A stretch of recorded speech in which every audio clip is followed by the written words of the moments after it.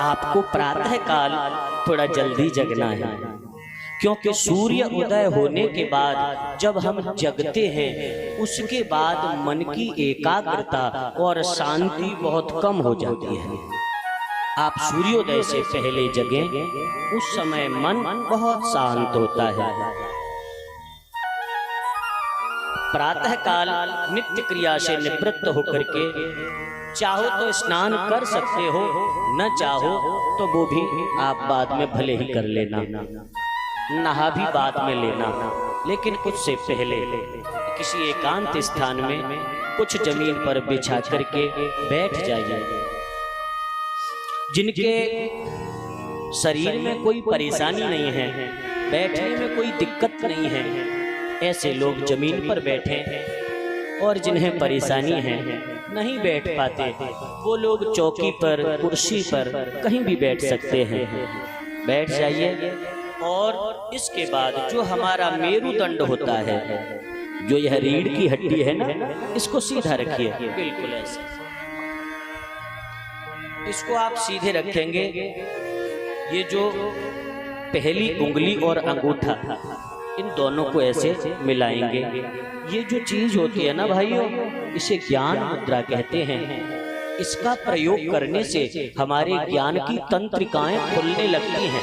हाँ, हमारे मस्तिष्क की चेतना बढ़ने लगती है। इसलिए यह मुद्रा ऐसे बनाएंगे, 3 उंगली सीधी रहेंगी, 2 उंगली ऐसे, हाथ सीधे रहेंगे, पीठ सीधी रहेगी, आंख बंद कर लीजिए और प्रेम से बैठ जाइए। ऐसी जगह हो अक्षर मच्छर ज्यादा परेशान ना करें, मन लग सके बस। कुल मिला करके जो समझने की बात है वो ये है, तुम्हारा मन लगे। धीरे धीरे पहले अपने श्वास पर ध्यान देंगे। जो श्वास आ रहा है और जा रहा है, कुछ क्षण तक, कुछ समय तक श्वास पर ध्यान लगाएंगे और तत्पश्चात अपने मन में ऐसा विचार करेंगे, मैं भगवान भोलेनाथ का भक्त हूँ, दास हूँ। भोलेनाथ की सेवा करना मेरे जीवन का धर्म है, लक्ष्य है। अब पूजा के लिए, ठाकुर जी की सेवा के लिए, अपने आराध्य के चरण वंदन के लिए सर्वप्रथम शरीर की शुद्धि होना आवश्यक है, फिर मन की शुद्धि होना आवश्यक है। तो शरीर शुद्ध होता है स्नान से। स्नान कीजिए, मन ही मन, जानना कहीं नहीं है। आप बैठे हैं, स्नान मन से कर रहे हैं। और अब जो नहाना है ना, वो घर पे मत नहाइए, कुएं पे मत नहाइए, हाँ अपने बाथरूम में नहीं तो गंगा जी में डुबकी लगाइए। हाँ, सीधे गंगा जल में स्नान कीजिए। गंगोत्री के पावन जल से अपने शरीर को स्नान कराया है। इसके बाद वस्त्र धारण करके एक बड़े सुंदर सोने के बर्तन में, सोने के कलश में मैंने गंगा जल भर लिया है भगवान भोलेनाथ को चढ़ाने के लिए। वह शुद्ध गंगा जल लेकर के हम अपने घर आए और घर में जो हमारा मंदिर है, माताओं ध्यान दो, हमारे घर में जो मंदिर है उस मंदिर में हमने सेवा करी। अब मंदिर में पहले क्या किया जाएगा? झाड़ू लगाया जाएगा। तो आप सफाई कीजिए, मन से ही करना है। मैंने झाड़ू लगाई है, मंदिर को साफ कर लिया है। और अब जो मेरे घर में, मेरे मंदिर में मेरे भोलेनाथ विराजमान हैं, मैंने सदा से भोलेनाथ को प्रणाम किया है। प्रणाम करके उनको पूजन की जितनी सामग्री है सब इकट्ठी करके सोने की थाली में, सोने की कटोरियों में रख लीजिए। और सर्वप्रथम जल चढ़ाया जाता है पैर धोने के लिए, फिर आचमन के लिए, फिर स्नान के लिए, और तत्पश्चात वह जल की धार भोलेनाथ को चढ़ाई जाएगी। इस प्रकार धीरे धीरे नमः शिवाय बोलते हुए आप जल की धारा चढ़ाएं। स्नान के बाद वस्त्र पहनाए जाते हैं। तो जिस प्रकार हम अपने लिए सुंदर सुंदर वस्त्र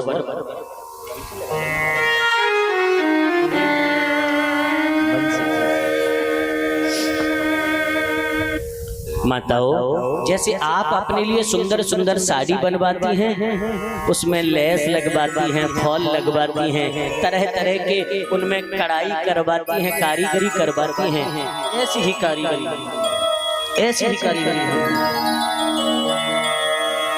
ऐसी ही कारीगरी आप उस साड़ी में करवाइए जो आपको माता जगदम्बा पार्वती को पहनानी है।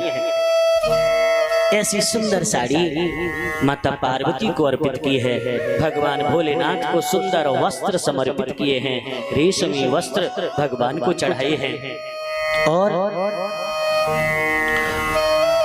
भस्म भगवान को लगाई है। थोड़ा ध्यान दीजिए, भस्म भगवान को लगाई है। फिर इसके बाद चावल लगाए हैं, चावल गीले करके, बताया था मैंने, याद है कि नहीं? हाँ, चावल गीले करके लगाइए, चढ़ा दीजिए। इसके बाद सुंदर फूलों की माला बनाइए, बगीचे में से। कौन से बगीचे में से? देवताओं के बगीचे में से। कल्प वृक्ष के पुष्प, पारिजात के पुष्प तोड़िए, एक पात्र में इनको इकट्ठा कर लीजिए, सुई धागा लेकर के माला अपने हाथों से बनाइए, सुंदर हार बनाइए और वो हार भगवान भोलेनाथ को, माता पार्वती को पहना दीजिए। इसके बाद बिल्व पत्र, सुंदर सुंदर कोमल कोमल नए बिल्व पत्र जिन पर सीताराम नमः शिवाय लिख करके भोलेनाथ को हमने चढ़ाए हैं। फिर धूप दिखाइए, फिर दीपक दिखाइए।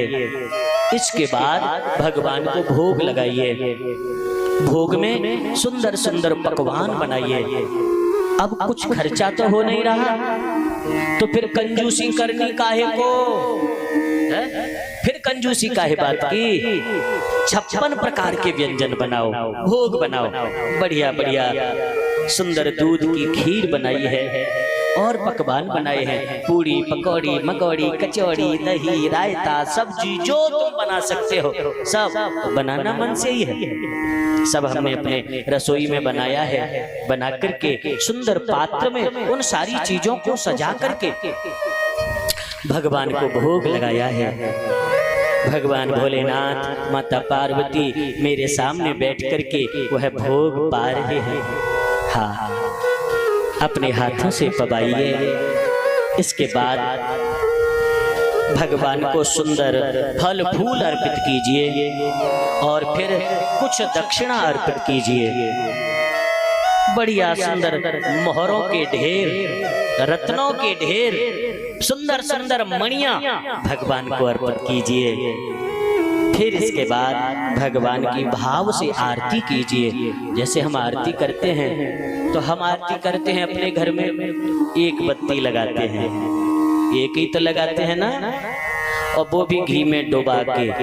घी में दीपक में घी भरते नहीं है, कहीं ज्यादा खर्चा नहीं हो जाए, क्योंकि होशियारी तो कूट कूट के भरी है, और वो भी केवल अच्छे काम के लिए। जे होशियारी गलत काम के लिए दिखाई जाए तो कुछ बात बन जाए। अब घी में मैया कहा करेंगी कि बत्ती भर दई 100 और घी डाल दिया 25 ग्राम, नेक नेक गीली है जाए बस, और जला के धर दी। ऐसे नहीं, बढ़िया सुंदर आरती 11 बत्ती की, 21 बत्ती की, ऐसी आरती बनाओ और बना करके फिर उस आरती से भगवान की आरती उतारो। हाँ, प्रेम से भगवान की आरती कीजिए और उसके बाद उनके सामने बैठ करके और उनका दर्शन कीजिए, निहारिए। सर्वप्रथम भगवान के चरणों का ध्यान किया जाता है। क्यों? क्योंकि चरणों में शंख चक्र गदा और पद्म के चिन्ह होते हैं। जब सर्वप्रथम भगवान के श्री चरण हमारे हृदय में प्रकट होंगे, जब हम उनका अपने हृदय में ध्यान करेंगे तो काम क्रोध लोभ मोह मद मात्सर्य का भंडार ये हृदय ही तो है, ये सारी गंदगी इसी में तो भरी है। तो जब भगवान के चरणारविंदों का चिंतन होगा तो वह सारे मल, सारी गंदगी, सारे पाप, सारी दुष्प्रवृत्तियां, सारी कुरीतियां सब जल करके भस्म हो जाएंगी और हमारा हृदय निर्मल हो जाएगा, निर्मल हो जाएगा। और उस निर्मल हृदय में फिर मेरे भोलेनाथ पधारेंगे। बंधुओं, तुम्हारे घर के कमरे में गंदगी पड़ी हो, कचरा पड़ा हो, कूड़ा पड़ा हो, और उस कमरे में खड़े होकर के आप हमें बुलाओ, महाराज जरा आ जाओ, बैठ लो थोड़ी देर, तो हम बाहर से देखेंगे, कहेंगे बड़ा गंदा घर है, तो दूर से कहें भैया बाद में आएंगे, फिर कभी आएंगे। तो एक साधारण व्यक्ति भी जब घर में अपने गंदगी पसंद नहीं करता, तो इस हृदय में हम इतनी गंदगी भर के भगवान को कैसे बिठा पाएंगे। इसलिए सर्वप्रथम पहले इसकी सफाई कीजिए, पहले इसको शुद्ध कीजिए, ताकि समस्त विकार संसार के हमारे हृदय से समाप्त हो जाएं, मिट जाएं, और फिर जब हृदय निर्मल हो जाएगा तो निर्मल मन जना सो मोहि पावा, निर्मल मन जन सो मोहि पावा, निर्मल मन